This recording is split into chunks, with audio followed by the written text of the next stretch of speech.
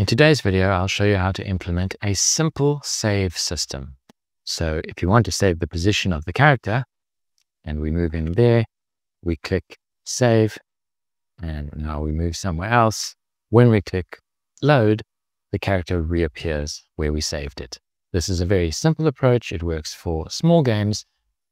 Stick around if you want to see how it's done. Game Dev Journey. We're going to be approaching a simple save system. Now, saving means writing important information from the game to a file. What would that important information be? Well, it could be the player's position. Maybe it's the player's scale, rotation, what situation they're in. It could be their health as well. In this case, the player has hearts instead of health. So we could record how many hearts they still have. Here we have the health, which represents the number of hearts that the player has. So you've got yourself a level, such as this one over here. And we're going to need a way to tell the game that we are saving or loading. Loading, of course, means restoring the information you saved back into the game. So we're going to add save and load buttons to the level over here. So I'm going to click on add new node, and we're going to search for button. So let's expand this. And here we get a simple user interface button over here. We click create. There the button's been added. And here we can make text for the button. So I'll type in the word save. And let's just rename this to save button so we know what it is. And let's just position it down there. Now let's add another one for load. Another button there. We'll make the text load. And instead of making it a child of, let's just make it its own. Let's call it load button. And move it over there. So we've got our two buttons now, save and load. That's how we're going to tell the game that we're saving or loading. Right, so in order to save and load, what I'm going to do to make things easy is I'm going to make a little utility node that will help us to save and load things. So I'm going to create a new scene. I'm going to use a node as the root. I'm going to call this save and load. And I'm going to add a script to it, which we can put in our scripts folder called save and load. And there we go. So this is our save and load script. In this script, all we'll do is have two functions, one to save the game and one to load the game. So we'll say function save game. For now we'll pass. And then we'll have another function called load game. And for now, we'll also pass. We can save this in our scenes just as save and load, save. If we go back to our level now, here, we can add that save and load scene to the level so that we have access to it. So here's save and load. We'll just add it here to the level. So here's save and load under our button. Now we'll connect the pressed function of the save button to the save game function in save and load. And we'll connect the pressed signal of the load button to the load function in save and load. So if we click on the save button, click on node, here's pressed, double click it, choose save and load at the bottom here. And we can choose pick, and we can actually pick the save game and click OK and connect. So now when you click the save button, it's going to run this save game function in the save load node. I'm going to do the same for the load button. Click load. Click on the pressed signal.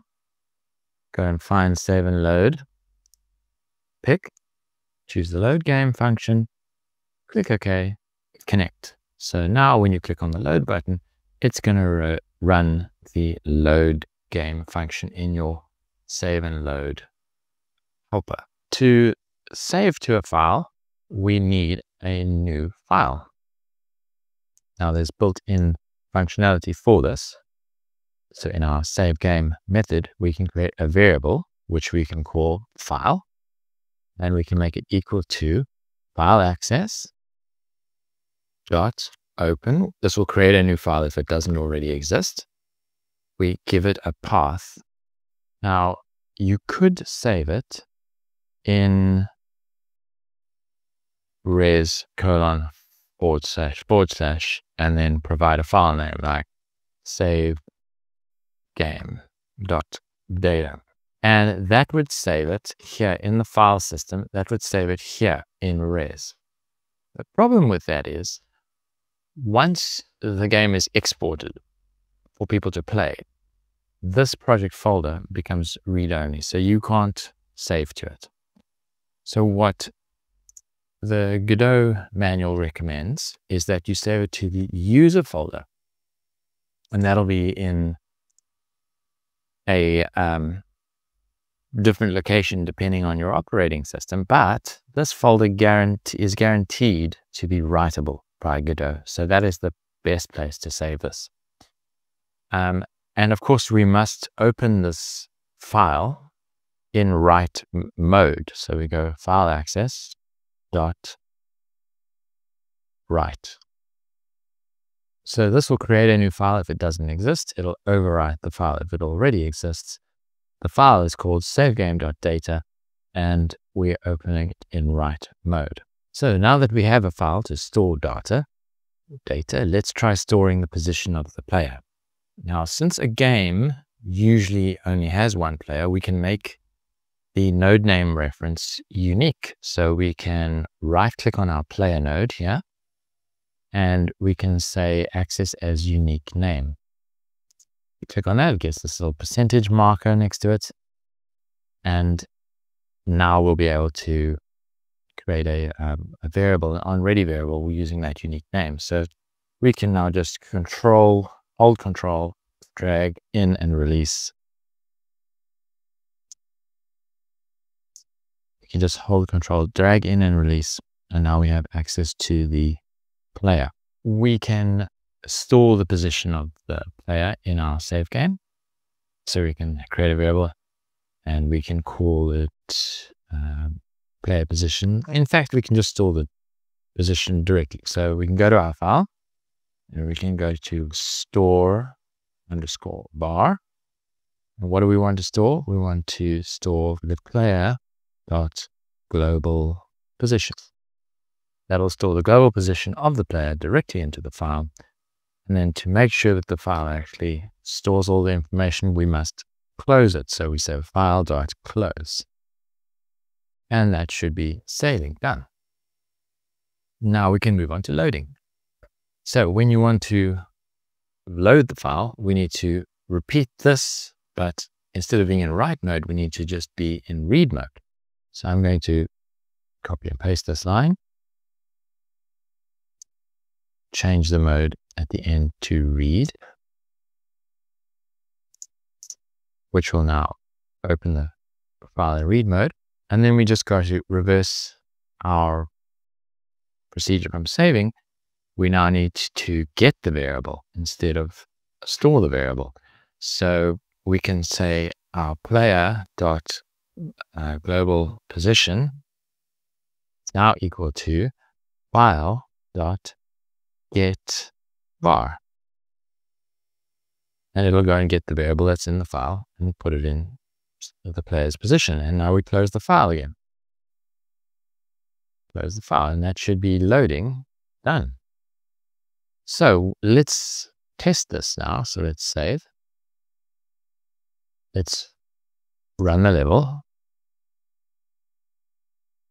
Let's expand this a bit.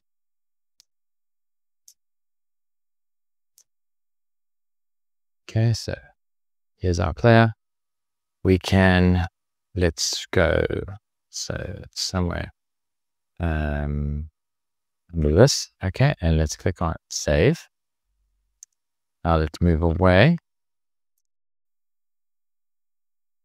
Let's go to over here. And now when we load, we should appear under this platform again. So if I click load, it doesn't work. And I think the reason is because our player here is a node 2D.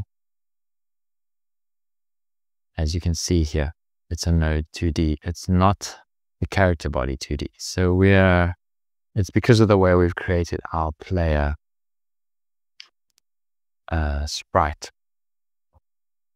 with a node 2D as the root instead of the character body 2D as the root. So let's see how we can debug this. So to fix this error, because in our player scene, the root node of player is a node 2D, and then the character body, which is the thing that moves and whose position we need to track, is a child of it. Really, the best solution would be to have made a character body 2D the root node, but for whatever reason, that mistake was made. But to fix this, over here in our ready variable, we want access to the character body 2D, not the node 2D. So we're going to say here that onReady bar player is a character body 2D, and it's equal to player / character body 2D. So now we're going into the player, and then we're going down one to get this.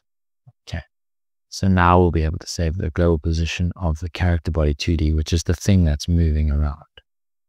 So let's save this and test it. So if we go to our level, run it, we should be able to move around. Let's go up here between the two boxes, save. And now let's go down here somewhere and click load, and we appear back up there. Okay, so if we move over here, look at strawberry and click load again, we appear back up there. So that's just saving the player position and restoring it. For a very simple game like this one is, only saving one variable such as a high score or the current level or the position of the player, this simple approach actually works just fine. Of course, if you want to store more than one value, such as player position and player health, then the variables must be saved and loaded in the same order. The main issue with this approach is that we can't save dynamically created objects. For instance, when we break a box, a strawberry is dynamically spawned there. It doesn't exist when the level begins. And so we wouldn't be able to save how many strawberries were in the level when we reload, because they get created during runtime. But in the next saving approach, I'll show you how to do that.